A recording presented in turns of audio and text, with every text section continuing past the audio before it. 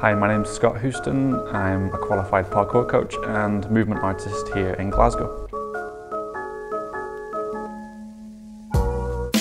We have the movement vocabulary class here at Earle Edge, and it's designed mainly to support the development of anyone who wants to come. We do a lot of work with establishing movements first. We then play with the variety and combinations of them to create patterns, and then they can then search for their own patterns. We provide our students with a variety of movements. So for instance, we'll go through a lot of pelvic movements, rotational values of the arms, segmental spinal control, and various other aspects.